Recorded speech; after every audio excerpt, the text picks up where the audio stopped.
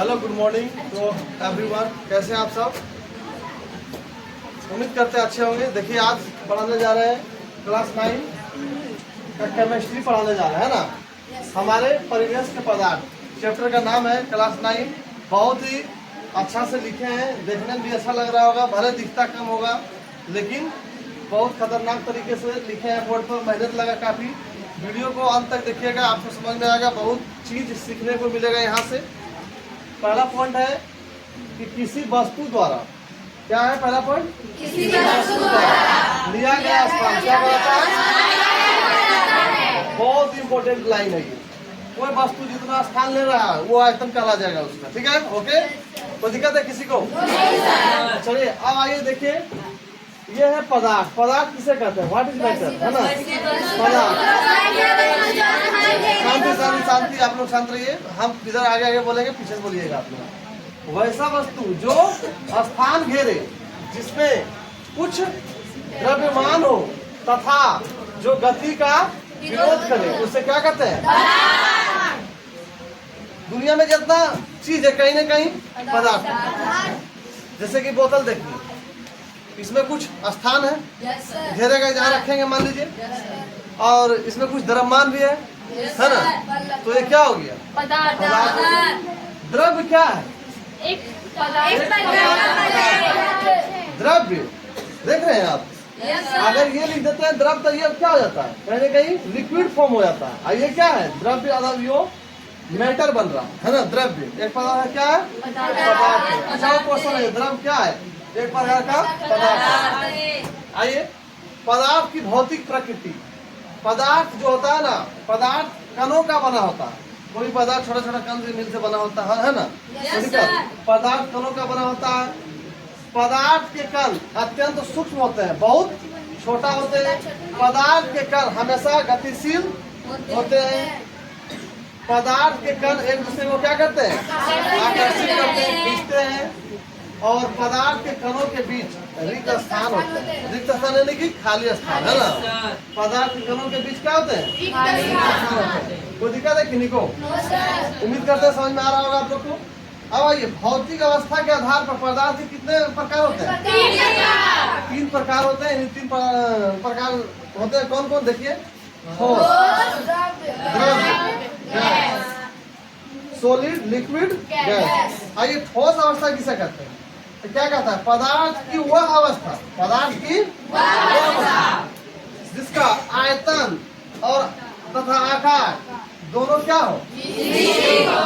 ठोस अवस्था उसको बोलेंगे। मान लीजिए कहीं भी एक पत्थर को ले जा रहे हैं तौल करके, यहाँ से ले जा रहे हैं, अपना घर ले जा रहे हैं, तो जितना उसका आयतन यहाँ रहेगा उतना आयतन कहीं ना कहीं घर में भी रहेगा।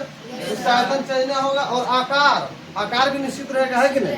पत्थर को ले जाएंगे मान लीजिए यहाँ से घर अपना, तो वही आकार में रहेगा कि चेंज हो जाएगा घर ले जाते जाते, नहीं होगा चेंज। तो ये ठोस है। जैसे एग्जाम्पल हो गया लोहा, ईटा, बालू, पत्थर, है ना। लोहा, टीना, प्लास्टिक इत्यादि ढेर सारा हो सकता है। कोई दिक्कत है? उतारिए आप लोग यहाँ तक।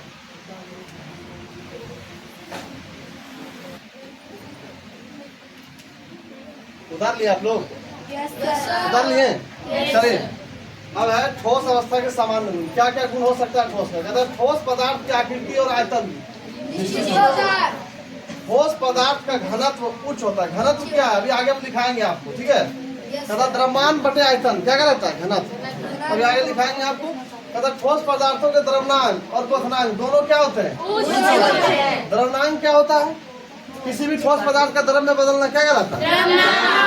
क्वथनांक क्या कहलाता है? जिस निश्चित ताप पर कोई पदार्थ उबलना शुरू करता है इसे क्या कहते हैं? कहते हैं। ठोस पदार्थ कठोर होते हैं, बहुत हार्ड होते हैं कि नहीं? बहुत कठोर होते हैं ठोस पदार्थ। अगर आपको एक ठोस पदार्थ से फेंक करके कोई वस्तु से आपको मारा जाए और एक रुई से फेंक करके मारा जाए, किससे ज्यादा चोट लगेगा? ठोस से लगेगा, क्योंकि कठोर होते हैं ना। अब ये ठोस पदार्थ क्या होता है? असंपीड़ित होते हैं। असंपीड़ित कहते हैं कि जिसको दबाने पर नहीं दबे। तो ठोस आइटा को दबाइएगा दबेगा? कुर्सी को दबाइएगा दबेगा? कुछ नहीं होगा। हाँ, अब ये ठोस पदार्थ में बहाव की प्रवृत्ति नहीं होते है। बहाव मतलब समझ रहे हैं? फ्लो।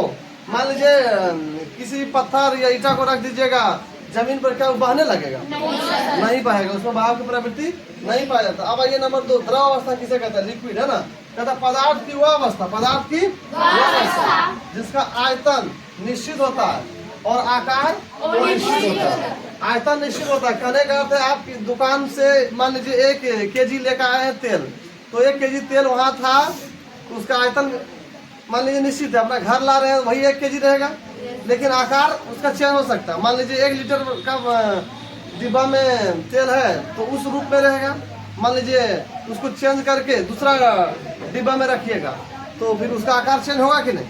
जैसे पानी हो गया, कोई दिक्कत है? और जैसे हो गया पानी, तेल, दूध, दही इत्यादि ढेर सारा हो गया। अब ये द्रव अवस्था के सामान्य गुण। द्रव की आकृति क्या होता है? अनिश्चित और आयतन निश्चित होते हैं।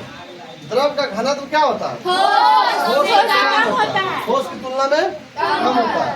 द्रव ठोस की तुलना में संपीड़ित होते हैं, मतलब दबाते हैं दब जाता है ना। पानी को जैसे दबाइएगा तो क्या होगा? दब जाएगा। द्रव का द्रवनांक और क्वथनांक ठोस पदार्थों से प्रायः कम होता है, मतलब ठोस पदार्थ का जितना क्वथनांक रहेगा उससे थोड़ा सा कम रहेगा किसका? द्रव का। कोई दिक्कत है? द्रव में बहाव की प्रवृत्ति पाया जाता है, द्रव में बहाव की प्रवृत्ति पाया जाता है। पानी गिर जाएगा फर्श पर, क्या होगा? बहने लगेगा, है कि नहीं? क्यों? क्योंकि इसमें बहाव की प्रवृत्ति पाया जा रहा है।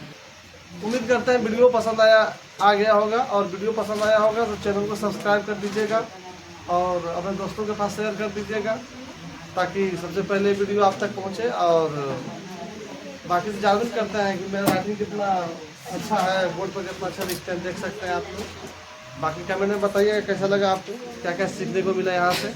आज के लिए इतना है।